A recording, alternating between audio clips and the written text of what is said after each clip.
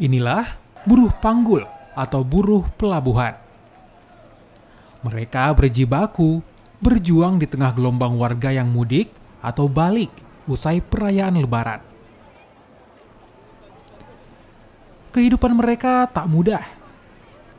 Terkadang harus bekerja keras mengangkut barang demi sebuah rupiah.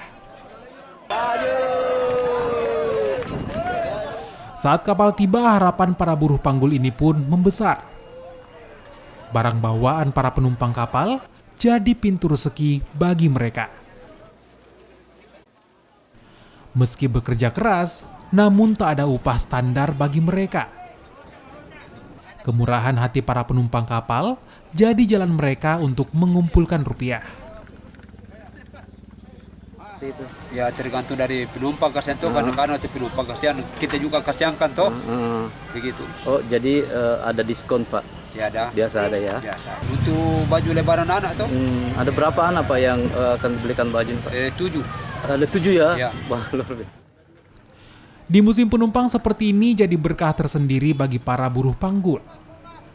Mereka bisa meraih rezeki lebih demi bertahan hidup atau sekedar membeli baju lebaran untuk keluarga.